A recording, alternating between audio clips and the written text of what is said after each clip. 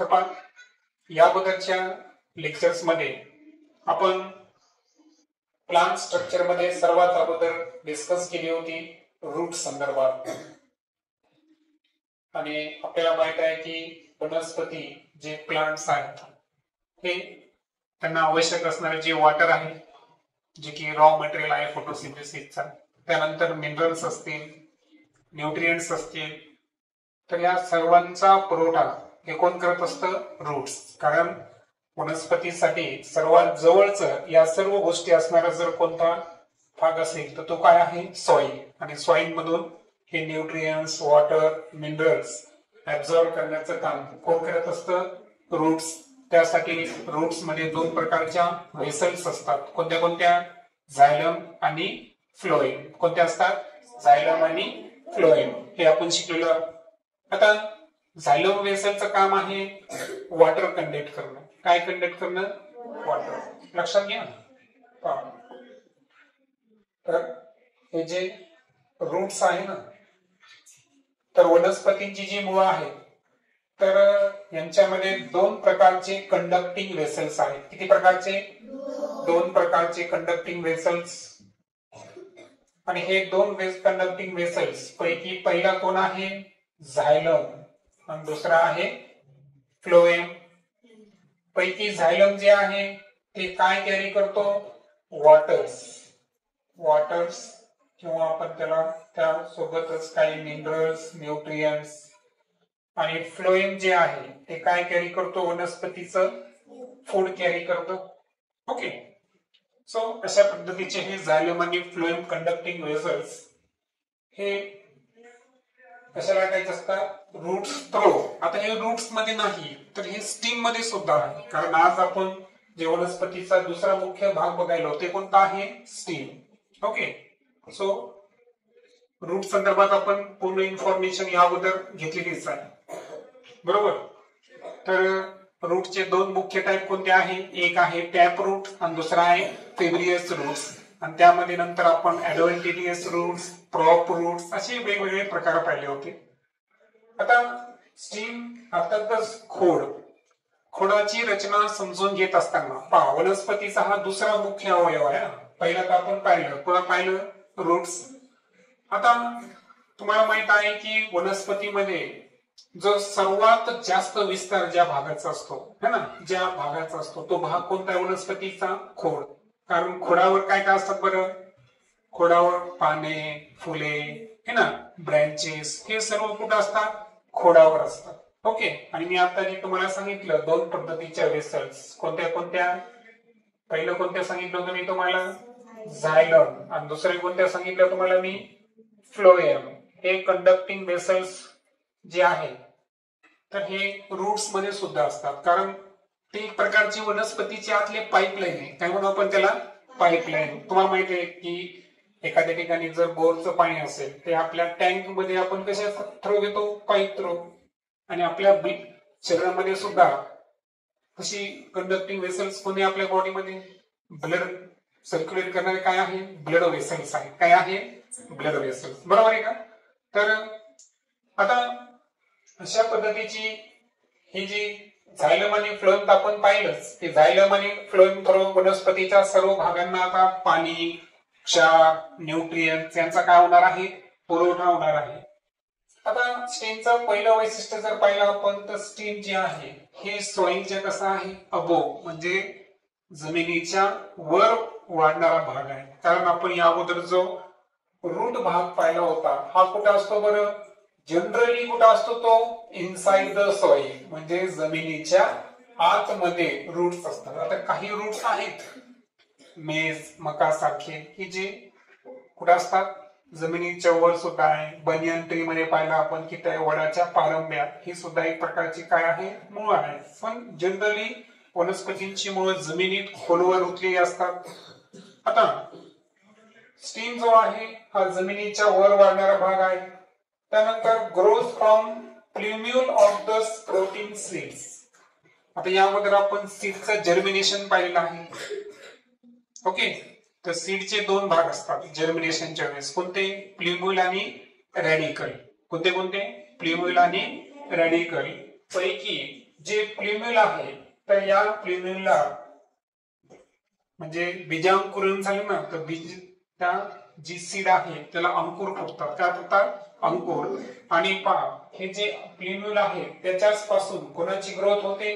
स्टीमची growth होते. म्हणजे हा जो स्टीम तयार झालेला आहे हे सीड मध्ये प्रेझेंट असणारे जे प्ल्युमेल पार्ट होता त्यापासून याची काय झालेली आहे? फर्दर ग्रोथ झालेली आहे. कारण जे स्प्रोट असतं, अंकुर असतं, या अंकुराची जशी जशी वाढ होते तस तशी कोणाची लेंथ वाढत जाते? स्टीमची म्हणजे खोडाची उंची वाढत जाणार. Due to growing of sprouts length of stem gradually increase. तोच पॉइंट मी तुम्हाला सांगत आहे की हे जे तुम्हाला लेंथ लांबी वाढलेली दिसते कशाची? खोडाची. तुम्ही नारळ झाड पहा, उंचच उंच खोड असतं, बरोबर आहे का? साधं तुम्ही ऊस हे तर पाहिलं असेल तर एक ऊसाला विशिष्ट कांडे असतात आणि त्यानंतर त्याला लीफ असतात वरच्या बाजूला, बरोबर आहे का? म्हणजे ही जी स्टीम त्याचं जे स्टीम आहे याची लेंथ इन्क्रीज का झाली? कारण कशापासून झाली? प्ल्युमेल. प्ल्युमेल पासून प्ल्युमेलची स्प्रोटिंग झाली आणि स्प्रोट जो आहे अंकुर हा वाढत गेला आणि त्यामुळे कशाची लेंथ वाढत गेली? स्टीमची. आता इथे एक तुम्हाला फिगर दाखवलेला आहे पार्ट ऑफ स्टीम मध्ये. आता ओव्हरऑल यामध्ये जर पाहिलं आपण तर पहा आपण काय करू, टॉप टू बॉटम येऊ. सर्वात वरती जो शेवटचा पार्ट आहे खोडावरचा उंच वाढणारा त्याला कोणतं एंड म्हणायचं आपण? Growing end. त्यानंतर ग्रोईंग एंडच्या टॉप मोस्ट पोझिशनला काय असतं? बड. आता बड हा एक टीप किंवा एक एपिकल पार्ट आहे की ज्याच्यामध्ये स्टीमची काय होणार आहे? तिथं स्टीम एंड होत असतो. ओके, दिलंय पहा. ठीक आहे, आपण नंतर पॉइंट घेऊ. तर हा झाला बर्ड्स. इथे पण तुम्हाला हा बर्ड पॉइंट दिसेल या ठिकाणी. आता जिथं हा एक कांडा संपतून दुसरा सुरू होतो त्या पॉइंटला काय म्हणायचं? नोड. काय म्हणायचं? नोड. पहा जसं की इथे एक नोड आहे, इथे एक नोड आहे आणि दोन नोडच्या मध्ये जो सरफेस आहे त्या सरफेसला काय म्हणलो आपण? इंटरनोड्स. सो ओव्हरऑल स्टेमचा आयडेंटिटी काय आहे? तर स्टेम वर काय प्रेझेंट आहे? नोड पण प्रेझेंट आहे आणि इंटरनोड पण प्रेझेंट आहे. जिथं आपण म्हणतो कांदा सेपरेट होतो त्या पॉइंटला काय म्हणायचं? नोड म्हणायचं. काय म्हणायचं? नोड. की आणि दोन नोड मधला जो फ्लॅट सरफेस आहे जेवढा काही पृष्ठभाग आपल्याला दिसतो ह्या पूर्ण लेंथला काय म्हणायचं? इंटरनोड म्हणायचं. आता हे पाहिल्यानंतर तुम्हाला एक लक्षात ठेवायचं आहे की लीफ कुठे येतात? वनस्पतींना पानं कुठे येतात? तरी आन्सर दिलंय पहा. Leaves come out at the nodes. वनस्पतींना इंटरनोड जो सरफेस आहे तिथं पानं येतात का? नाही. पहा हा एक नोडचा पोर्शन आहे, हा नोडचा पोर्शन आहे. तर फ्युचर मध्ये या नोडवर काय येणार? त्या ठिकाणी पान येणार, लीफ येणार. बट इंटरनोड मध्ये येणार आहे का? नाही. तर इंटरनोड हा दोन नोड मधला पोर्शन जरी असेल मात्र जे लीफ आहे, बर्ड आहे यांचं फॉर्मेशन कुठं होणार? नोडवर होणार. Tip or apical end of the stem is called as the bud. बर्डची जर आपल्याला डेफिनेशन विचारली की बर्ड काय आहे तर कोणत्याही स्टीमचा एंड ज्या टिप किंवा एपिकल पार्टला होतो की त्याच्या फर्दर स्टीमची ग्रोथ होणार नाही. जसं की इथे एक पॉइंट आहे, इथे एक पॉइंट आहे की त्या पॉइंटला तो पॉइंट असा पॉइंट आहे की तो स्टीमचा काय आहे? एंड आहे ना. So and of the steam असा पॉइंट टिप किंवा एपिकल पार्ट त्याला काय म्हणायचं? त्या ठिकाणी बर्ड म्हणायचं. सो ओव्हरऑल हे आहे स्टीमची रचना. आणि एक लक्षात ठेवायचं आहे की काही पॉइंट्स यामध्ये दिले नसले तरी तुम्ही आवर्जून लक्षात ठेवा की वनस्पतीच्या सर्व पानांना जरी समजा वनस्पतीला मुख्य आधार कोण द्यायले? रूट्स द्यायले. परंतु मला सांगायचे ब्रँचेस आहे, फ्लावर आहे, हे कशावर आधारित आहे? त्यांना कोणाचा सपोर्ट आहे? खोडाचा सपोर्ट आहे की नाही? स्टीमचा आधार आहे. स्टीम मध्ये सुद्धा काय असतात? झायलम आणि फ्लोएम हे कंडक्टिंग वेसल्स असतात. आता काही केसेस मध्ये स्टीम जो आहे तो फोटोसिंथेसिस पण करतो. आपण पाहिलं होतं वाळवंटातल्या वनस्पती कॅक्टस सारख्या त्यांचे लीव्हचं मॉडिफिकेशन कशामध्ये झालं होतं, थ्रोन्स काट्यामध्ये झालं होतं. मग तिथं फोटोसिंथेसिस साठी आवश्यक असणारा जो क्लोरोप्लास्ट आहे हा कुठं प्रेझेंट होता, स्टेम मध्ये. म्हणजे स्टेम हा फोटोसिंथेसिसचा सुद्धा रोल काय करतो, परफॉर्म करतो.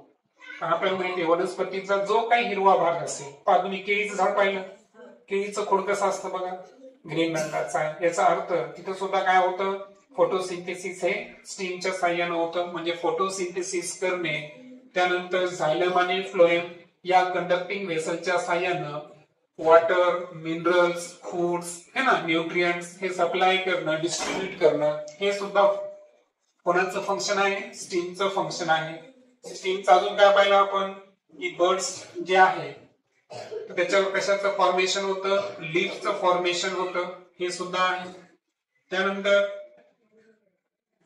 स्टीम संदर्भात सर्वात महत्वाचा पॉइंट आपण कोणता पाहिला, की जी लेंथ इन्क्रीज होते त्याची, ही लेंथ इन्क्रीज का झाली, कारण प्लिनोइलची काय झाली, ग्रोथ, स्प्रोटिंग झालं ना. स्प्रोटची लेंथ इन्क्रीज झाल्यामुळे स्टीम जो आहे आपल्याला त्याची लेंथ इन्क्रीज झालेली दिसते. So that is all information about stem. Next lecture मध्ये आपण लीफ, जे की फोटोसिंथेसिसचा मेन ऑर्गन आहे. कारण लक्षात ठेवा, जर तुम्हाला विचारलं, जर मी म्हणत असेल की वनस्पतीचं मॅक्झिमम, काय म्हणलं मी तुम्हाला, की क्लोरोप्लास्ट हा इसेन्शियल आहे, जिथं क्लोरोप्लास्ट असेल तिथं काय होतं, फूड सिंथेसाइज होतं.